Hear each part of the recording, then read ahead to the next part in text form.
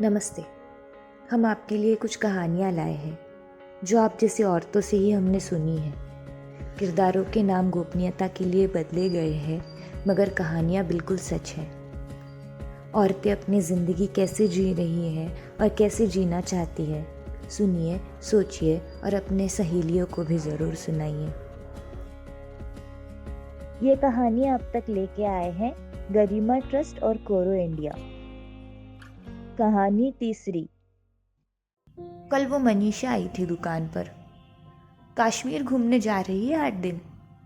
बिंदी से लेकर सब नया खरीदा उसने। कोई बड़े घर की बहू नहीं है वो। पति ने छोड़ने के बाद दूसरी शादी नहीं की उसने। माँ बाप के घर रहकर अपनी पढ़ाई पूरी की और अब कोई बड़ी कंपनी में नौकरी कर रही है। मज़े से खाती पीती घूमती है। शादी, पति, ससुराल ये सब बातें करने को बोर होता है कहती है। वो मंदिर के पास रहने वाली सरला भी वैसी है। उसने तो शादी ही नहीं करी। कंगन का दुकान डाला, बहुत चलता है उसका दुकान। उसका जवान भाई मर गया तो अपनी भाभी को भी घर पे नहीं बैठने दिया उसने। उसकी भाभी टिफ़िन बनाकर बेचती है, ये दुकान चलाती है। दोनों अच्छे से रहते हैं, कोई झगड़े भी नहीं है उनमें। ऐसी कितनी औरतें आती है मेरे पास। लोग कहते हैं अकेली औरत की ज़िंदगी बेकार है, लेकिन देखो इन औरतों को। बिना शादी के पति ने छोड़ी हुई विधवा औरतों को एकल महिला कहते हैं। मनीषा ने बताया था मुझे। अब एकल महिलाओं की बात चली है तो बताती हूँ। मेरी चचेरी सास है ना, उसका भी पति शादी के कुछ सालों में ही चल बसा। वो रोती नहीं बैठी। 4 घर पर बर्तन मांज के बच्चों को पढ़ाया। बच्चे पढ़ लिख कर बड़े हुए, नौकरियां भी लग गई। फिर बहुओं को भी अपने पास लेकर नहीं बैठी, सबको अपने रास्ते जाने दिया। अब बच्चों से हर महीने पैसे लेती है। बुढ़ापे में ध्यान रखने को एक नर्स भी आती है उसके घर पे। बच्चे महीने में एक बार आकर मिलते हैं, खा पी कर चले जाते हैं। ये रूठ कर नहीं बैठती। बहुओं को तो कोई काम को छूने भी नहीं देती उसके घर। कहती है 2 दिन आई हो तो आराम से रहो। गांव में कहीं कोई प्रोग्राम हो तो हाजिर होती है वो। सुनीता की लड़की कहती है मुझे शादी नहीं करनी। सुनीता मेरे दुकान पर आकर रो रही थी। मैंने बोला नहीं करनी तो तू क्यों उसके पीछे पड़ी है। ये औरतें नहीं रहती अकेली, उल्टा हमसे ज़्यादा खुश रहती है। मेरे पुराने घर के साइड में रहती थी मनीषा। मैंने पास से देखी है उसकी ज़िंदगी। लोग कहते हैं बेचारी, लेकिन एकदम डेयरिंग औरत है वो।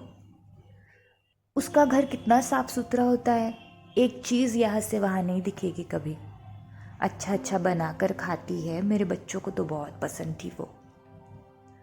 अपने नदी के पास की सरकारी स्कूल में पढ़ाती है। घर पे गरीब बच्चों की ट्यूशन लेती है। उसकी सहेलियाँ भी उसकी जैसी ही है। साल में 2 बार ट्रिप निकालती है।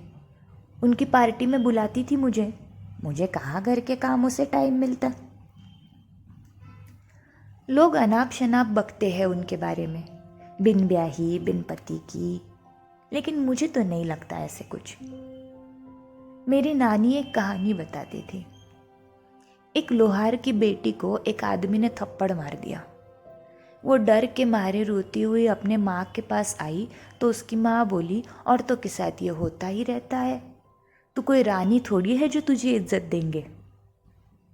फिर लड़की ने सोचा कि दूर देश के राजकुमार को जाके शादी के लिए पूछेगी, रानी बनेगी। घर से निकलकर राजकुमार से मिलने वो चल पड़ी। महीनों तक चलने के बाद जब राजकुमार से मिली तो राजकुमार ने कहा लोहार की बेटी से मैं क्यों शादी करूं। लड़की गुस्सा हो गई। राजकुमार को युद्ध के लिए ललकारा। जंगल पहाड़ नदी पार कर शेरों से लड़कर वो राजकुमार तक पहुंची थी। उसने राजकुमार को युद्ध में हरा दिया। तब राजकुमार उसे शरण गया और अपनी जान के बदले शादी के लिए राजी हो गया। तब ये लड़की ने बोला अब मुझे किसी का डर नहीं, तो मैं क्यों शादी करूं। लड़की की होशियारी और साहस देख के राजा खुश हुआ और उसे सेनापति बना दिया। लड़की ने राज्य में चल रहे सारे युद्ध बंद करवा दिए और राज्य में शांति लाई। अपनी ये एकल औरतें भी ऐसी ही है ना, उन्हें अब किसी का डर नहीं।